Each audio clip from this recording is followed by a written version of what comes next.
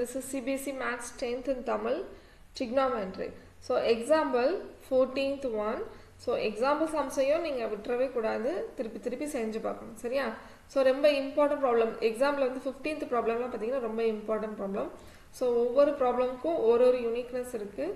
So எந்த ப்ராப்ளமும் இது இம்பார்ட்டன்ட், இது அன்இம்பார்ட்டன்ட் அப்படின்னு நீங்களாக டிசைட் பண்ணிவிட்டு எதையுமே விட்டுறக்கூடாது. சரியா? ஓகே. ஸோ கொஸ்டின் பாருங்கள். எல்ஹெச்எஸில் என்ன இருக்குதுன்னு பார்த்தீங்கன்னா காட் மைனஸ் காஸ், டினாமினேட்டர்லையும் காட் ப்ளஸ் காஸ் இருக்குது.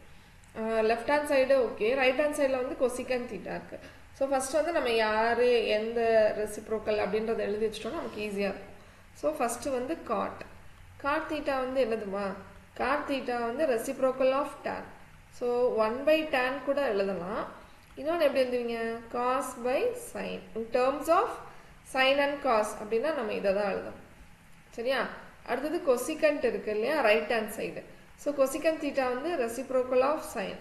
So 1/sin. ஓகே. ஸோ இது ரெண்டு தான் நம்ம இப்போ இந்த சம்மில் சப்ஸ்டியூட் பண்ணோம். ஓகே, எல்ஹெச்எஸ் எடுத்துக்கலாம். ஸோ கொஸ்டினில் பாருங்கள், எல்ஹெச்எஸில் இங்கே வந்து காட் இருக்குது, இங்கேயும் காட் இருக்குது.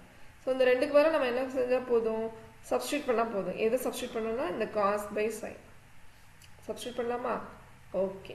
ஸோ ஃபஸ்ட்டு வந்து காட்டுக்கு பதிலாக நான் என்ன போட போகிறேன், மிஸ்ஸு cos theta by sine theta minus cos theta divided by, இங்கே அதே மாதிரி cos by sine theta plus cos theta. சரியா? ஸோ இப்போ பாருங்கள், நம்ம என்ன பண்ணலாம்னா, உடனே நமக்கு கிராஸ் மல்டிப்ளை தோணுது இல்லைம்மா, அதுக்கு முன்னாடி நம்ம என்ன பார்க்கலான்னா, இந்த இடத்துலையும் காஸ் இருக்குது, இங்கேயும் காசு இருக்குது. சரியா? ஸோ இங்கேயும் காசு இருக்குது, இங்கேயும் காசு இருக்குது. ஸோ காஸ் நம்ம என்ன பண்ணலான்னா காமனாக வெளியே எடுத்துக்கலாம். சரியா? ஸோ எப்படி மிஸ் காமனாக வெளியே எடுப்பீங்க அப்படின்னா, ஜஸ்ட் அதை வெளியே எடுத்துட வேண்டியதான். எடுத்துட்டா அதோட பிளேஸில் 1 இருக்கும். சரியா?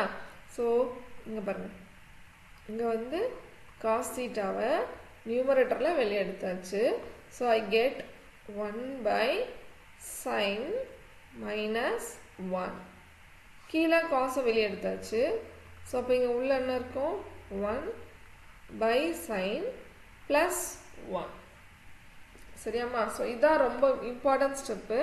இந்த காசை காமனாக வெளியே எடுத்துட்டோம். ஸோ எடுத்ததுக்கப்புறம் பார்த்தீங்கன்னா சைன் வந்து இங்கே டினாமினேட்டரில் இருக்குது, காசோட பிளேஸில் 1 இருக்குது. நீங்கள் வந்து என்ன பண்ணிட்டீங்கன்னா சைன்னு போட்டு விட்றீங்க, அது தப்பு. சரியா? இப்போ நம்ம காமனாக எடுத்தோடனே இங்கே மல்டிப்ளிகேஷன் சைன் தானே இருக்கும், இது ரெண்டும் கேன்சல் ஆகிடும். சரியா? சரி, அவ்வளோதானா? இதோட சம் முடிஞ்சிருச்சா?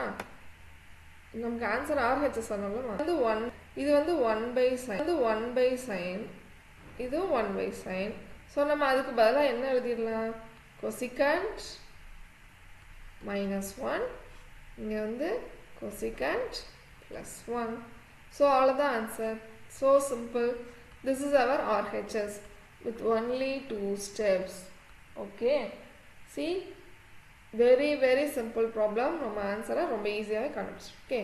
So I hope you all understand the problem. Thank you students.